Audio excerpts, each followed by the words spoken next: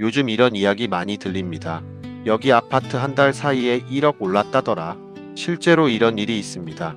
제가 2026년 2월 15일에 용인 수지에 있는 한 아파트 대출 상담을 했습니다. 그때 KB 시세가 약 9억 3천 정도였습니다. 그런데 2026년 3월 9일 기준으로 다시 보니 KB 시세가 10억 2천까지 올라와 있었습니다. 불과 한 달 사이에 거의 1억 가까이 움직인 겁니다. 이 이야기를 들으면 많은 사람들이 이렇게 생각합니다. 이거 봐, 결국 집값 오른다. 지금이라도 사야 하는 거 아니야? 지금 안 사면 또 늦는 거 아니야? 바로 이 생각 때문에 지금 집을 사는 사람이 오히려 가장 위험할 수 있습니다. 집값 때문이 아닙니다. 대출 때문입니다. 그리고 더 정확히 말하면 버티는 힘 때문입니다. 오늘 영상에서는 왜 지금 집을 사는 사람이 생각보다 더 위험할 수 있는지, 왜 집값보다 대출 구조가 더 중요한지, 그리고 지금 집을 보려는 사람이 무엇을 먼저 계산해야 하는지를 현실적인 사례로 설명해 보겠습니다. 먼저 한 가지 상황을 생각해 보겠습니다. 수도권에서 직장 생활을 하는 30대 맞벌이 부부가 있습니다. 지금은 전세로 살고 있습니다. 아이 계획도 있고 앞으로 계속 전세로 살기는 불안하다고 느끼기 시작합니다. 그런데 요즘 전세 시장이 예전 같지 않습니다. 전세 매물은 줄고 월세와 반전세는 늘어납니다. 전세를 구하려고 보면 조건이 맞는 집이 거의 없습니다. 그래서 많은 사람들이 결국 이런 생각을 하게 됩니다. 이럴 바엔 차라리 집을 사는 게 낫지 않을까? 이 생각은 지금 시장에서 굉장히 강하게 작동합니다. 특히 집값이 조금 조정을 받은 지역에서는 더 그렇습니다. 몇 년 전 10억이 넘던 집이 지금은 8억 초반까지 내려와 있으면 사람은 이렇게 생각합니다. 2억이나 떨어졌네. 지금이 기회 아닌가? 이 정도면 바닥 근처 아닌가? 그리고 여기에 이런 이야기까지 들립니다. 용인 수지의 한 아파트는 한 달 만에 1억 올랐다더라. 분당도 다시 움직인다더라. 지금 다시 올라가는 것 아니냐? 그러면 마음이 더 급해집니다. 그래서 많은 사람들이 집을 사기 시작합니다. 이때 가장 흔하게 나오는 구조가 있습니다. 집값 8억, 자기 자본 2억, 대출 6억. 겉으로 보면 이 구조는 그렇게 이상하지 않습니다. 오히려 지금 현실에서 가장 많이 나오는 구조입니다. 그런데 문제는 집을 사는 순간이 아니라 그 다음부터 시작됩니다. 대출 6억을 금리 4.5%로 계산해 보겠습니다. 1년에 내는 이자는 약 2,600만 원입니다. 한 달로 나누면 225만 원 정도입니다. 여기에 원금 상환이 들어가면 매달 약 300만 원이 넘습니다. 그리고 여기에 관리비, 재산세, 생활비까지 더해집니다. 처음에는 버틸 수 있을 것 같습니다. 사람들은 이렇게 생각합니다.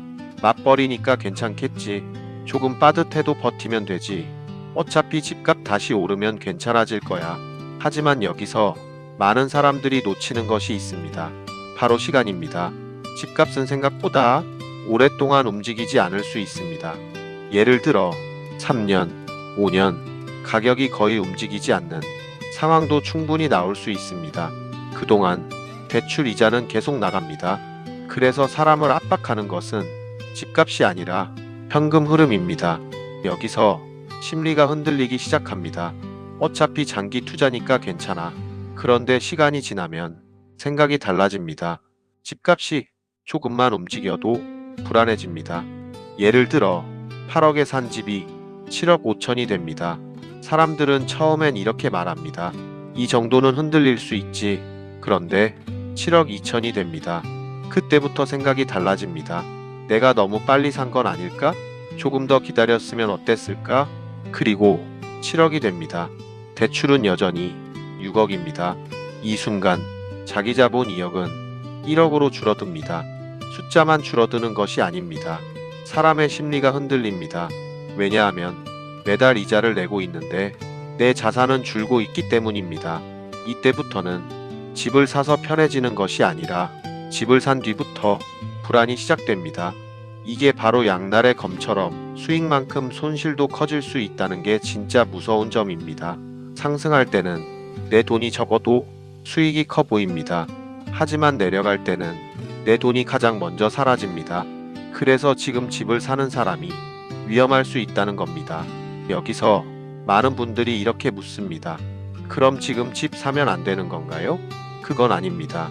지금도 집을 사는 사람은 있습니다. 그리고 어떤 사람에게는 지금이 기회가 될 수도 있습니다. 하지만 조건이 있습니다.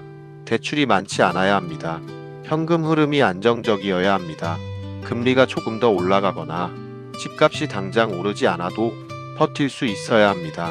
지금 시장에서 가장 위험한 사람은 집값이 오를 것 같아서 조급하게 들어가는 사람입니다.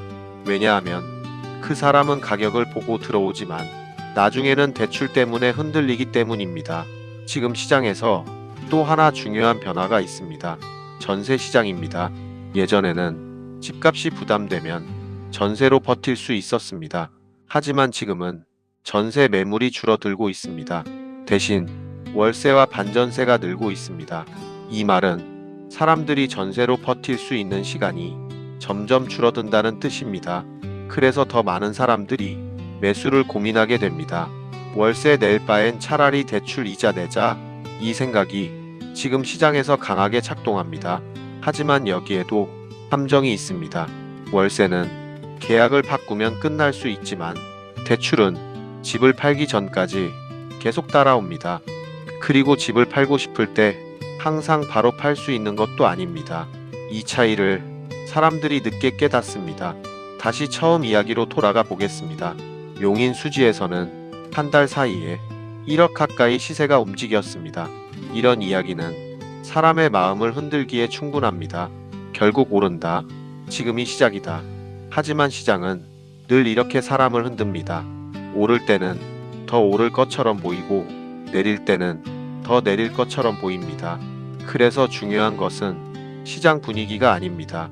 내가 이 대출을 버틸 수 있는가입니다. 지금 집을 사는 사람이 위험할 수 있는 이유, 그건 집값 때문이 아닙니다. 대출 때문입니다. 그리고 현금 흐름 때문입니다. 지금 시장을 움직이는 것은 집값 하나가 아니라 금리, 대출 규제, 전세 시장, 그리고 가계 현금 흐름입니다. 그래서 지금은 집값이 오를까? 보다 내가 버틸 수 있을까? 이 질문을 먼저 해야 하는 시장입니다. 다음 영상에서는 요즘 경매 물건이 왜 다시 늘어나고 있는지 설명해 보겠습니다. 많은 사람들이 경매가 늘어나는 이유를 단순히 경기 때문이라고 생각합니다. 하지만 실제로는 대출과 현금 흐름이 더 큰 이유입니다. 지금 시장을 이해하려면 집값보다 먼저 돈의 흐름을 봐야 합니다.